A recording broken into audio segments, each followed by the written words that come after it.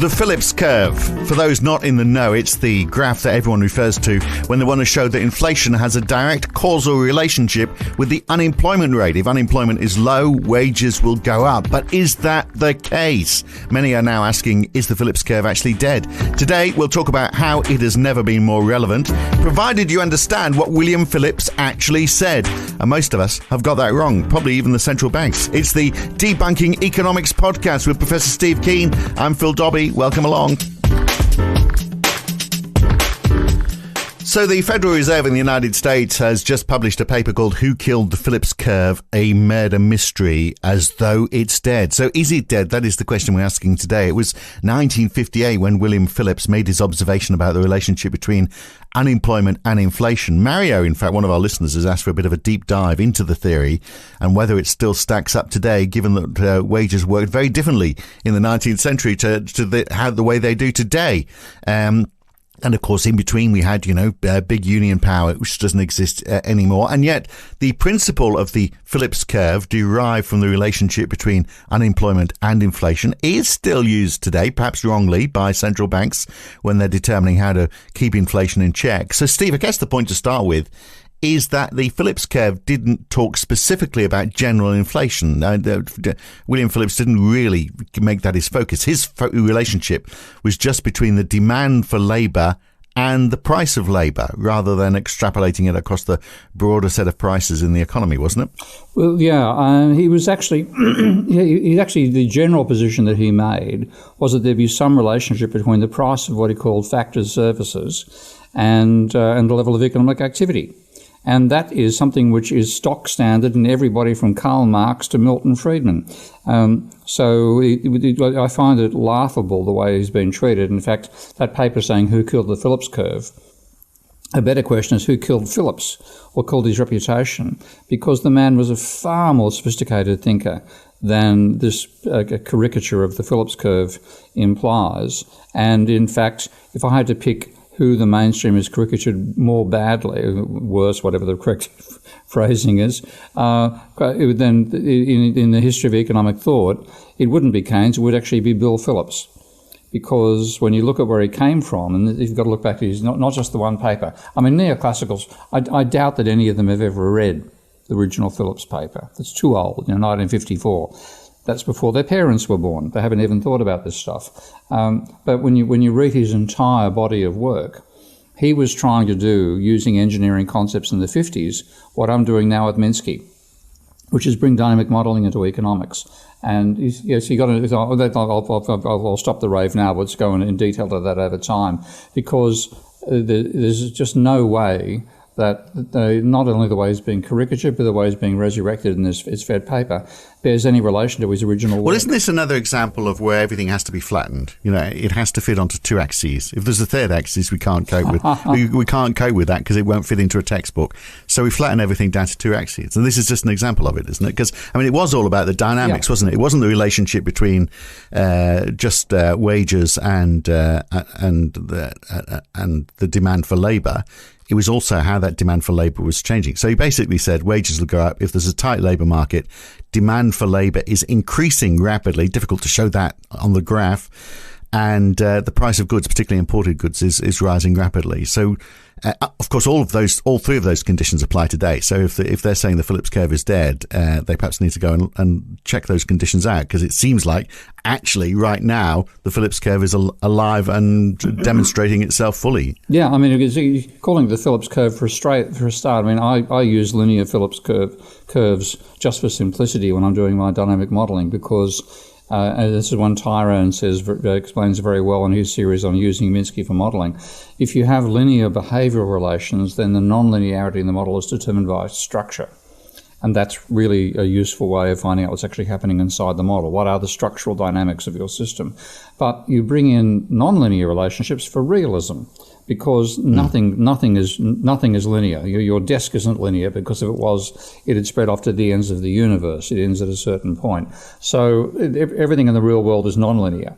And when you take that into account and have a non-linear function, then that's not what gives you the dynamics. It's what constrains the dynamics to realistic values.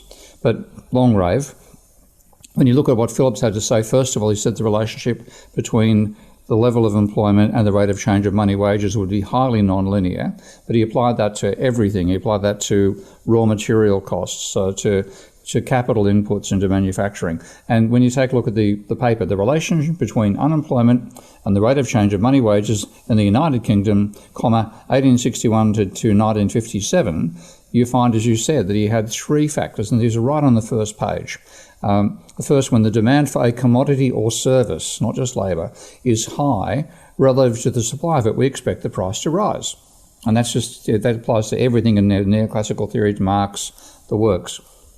In the second paragraph, it seems possible that a second factor influencing the rate of change of money wages might be the rate of change of demand for labour and so of unemployment. Thus, in a year of rising business activity, with the demand for labour increasing and the percentage of employment decreasing, employers will be bidding more vigorously for the services of labour than they would be in a year during which the average percentage of unemployment was the same, but demand for labour was not increasing. So he's saying it isn't just the level of unemployment, it's the rate of change of unemployment. And then the third factor you mentioned. The third factor, this is the third paragraph. The third factor, which may affect the rate of change of money wage rates, is the rate of change of retail prices operating through, and look at this, cost of living adjustments in wage rates. In other words, the whole wage price spiral, which neoclassicals think they discovered 20 years later in the 1970s.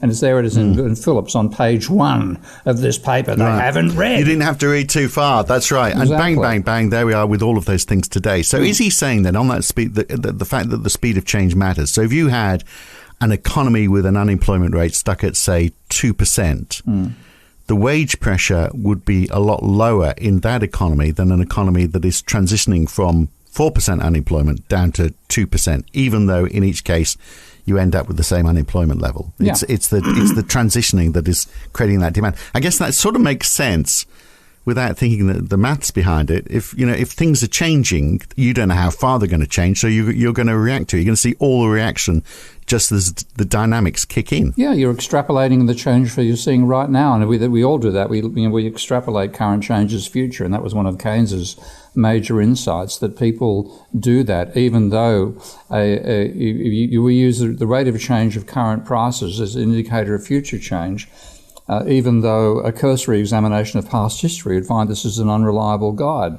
But what else can you do when there's nothing else on which to base your expectations? So Phillips was well aware of that and is using that in his thinking. And that means that, first of all, it's no longer a curve, it's a surface. And then he says rate of change of money wages through rate of change of retail prices. That's a feedback effect. So you've got a hypersurface with feedbacks.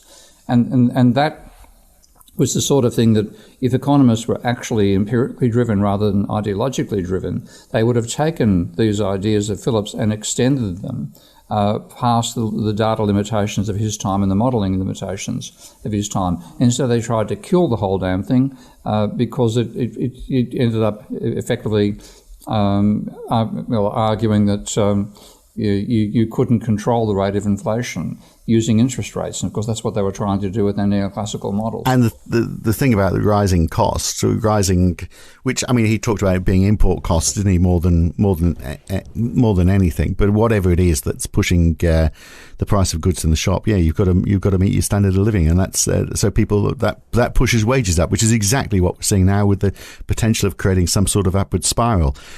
The question is, what can central banks do to stop that? Because it's got nothing at all to do with interest rates. Yeah, and let's get back to talking about Phillips and himself, because we've talked a bit about the current dynamics in previous sessions. Let's stick to, was it Mario's request to go into the detail of it? But fundamentally, that's right.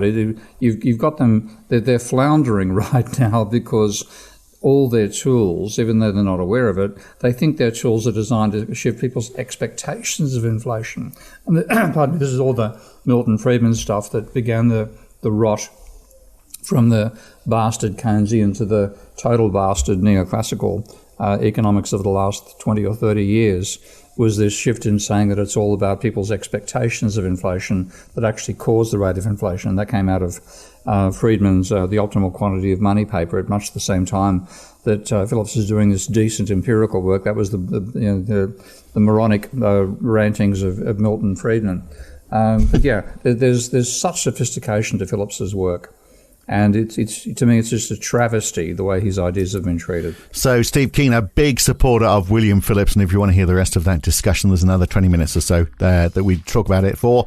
You need to become a subscriber, and you can do that at debunkingeconomics.com, or you can become a supporter of Steve Keen at Patreon. Go to patreon.com/Prof. Steve Keener. That is it for this week. Another podcast next week. I'm Phil Dobbie. He's Steve Keen. Thanks for listening.